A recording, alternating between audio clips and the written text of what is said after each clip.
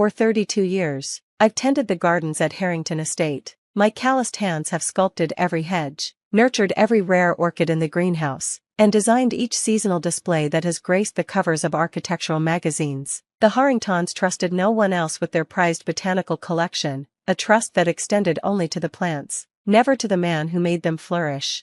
The family never bothered to learn that my name is Gabriel Mercer, not Gabe the gardener. They never discovered that the quiet man in mud-stained work clothes held 3 advanced degrees in botany and landscape architecture. Most importantly, they never suspected that I'd been systematically acquiring ownership of the land beneath their magnificent estate, piece by precious piece, for over 3 decades.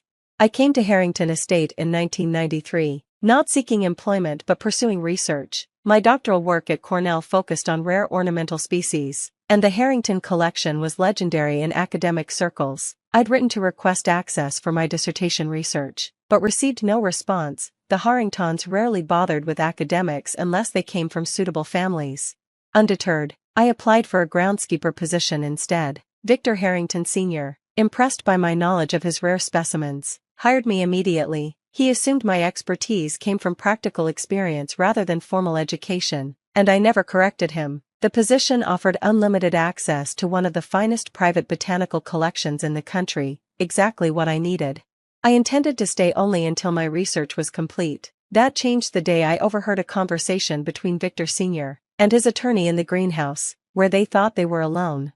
The indigenous claim to the eastern parcel is nonsense, Victor was saying, examining a rare black orchid I'd coaxed into bloom. Their documentation is centuries old and mostly oral tradition. Our paperwork is properly filed with the county. The paperwork you created in 1967, the attorney reminded him gently. If anyone investigated thoroughly, no one will. Victor interrupted. We've donated enough to the Historical Society to ensure their cooperation. Besides, that land has been Harrington property for 3 generations now. Possession is 9/10 of the law. I remained motionless behind a large palm, absorbing their words. The Harringtons had apparently seized land from the Onondaga people, falsified documentation, and maintained their claim through influence and money. As the grandson of an Onondaga woman who had told me stories of lost ancestral lands, this revelation struck me like a physical blow.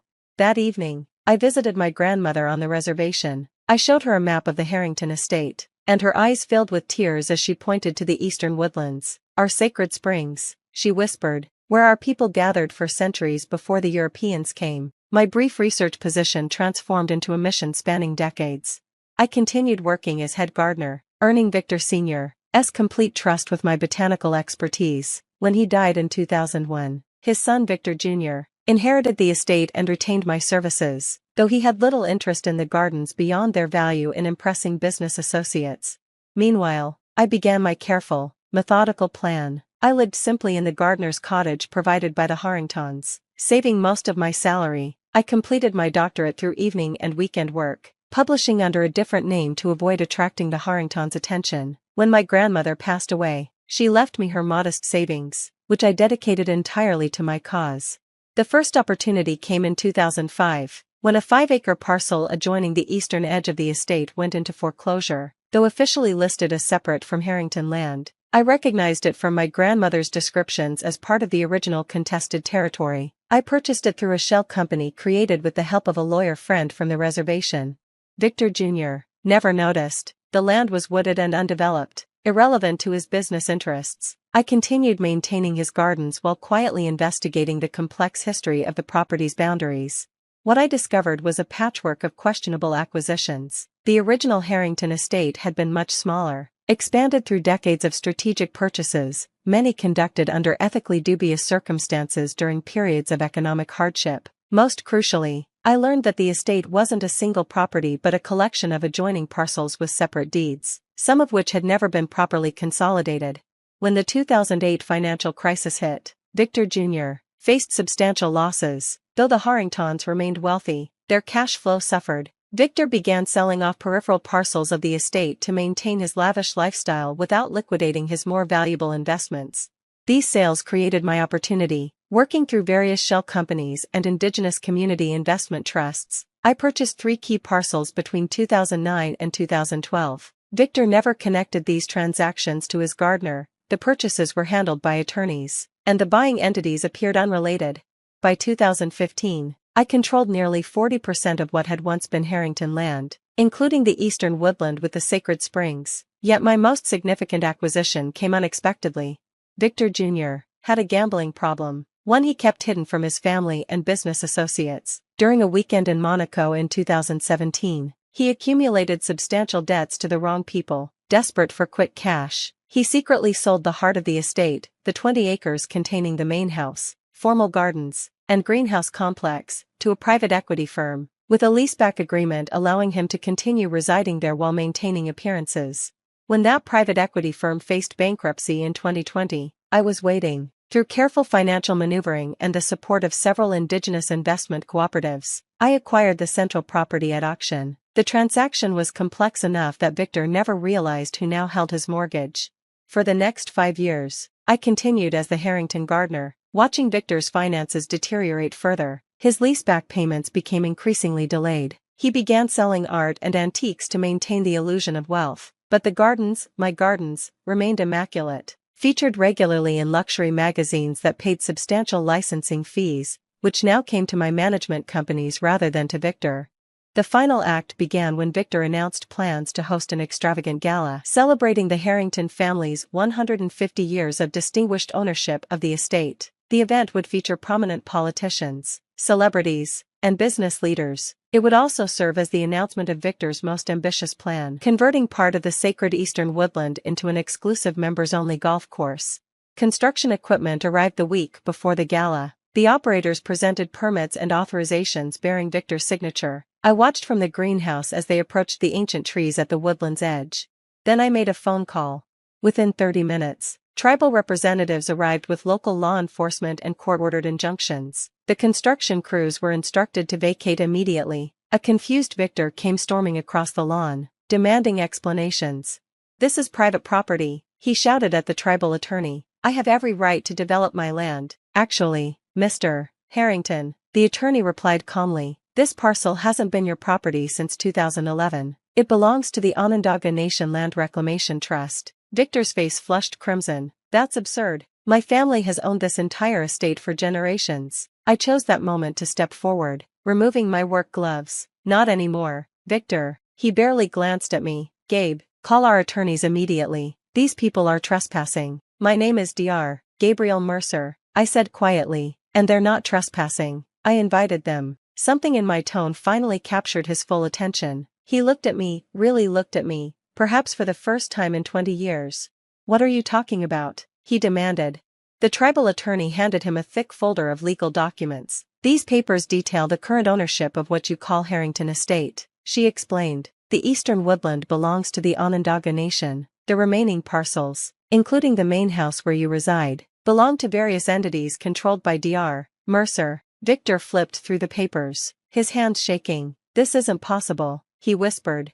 "You've been making lease payments to my company for 5 years, Victor," I said. "Those payments are now 12 months in arrears. I've been patient, but your announced development plan has forced my hand." The color drained from his face. "You're evicting me? Before my gala?" "The gala can proceed," I said. "In fact, I insist upon it. The guest list includes numerous individuals who should witness what I'm about to announce." The following Saturday, Harrington Estate was transformed for the gala. Hundreds of guests in formal attire wandered the gardens I had perfected over decades. String quartets played on the terraces. Champagne flowed freely, though not at Victor's expense. I had personally covered the costs after his credit was declined by the caterers.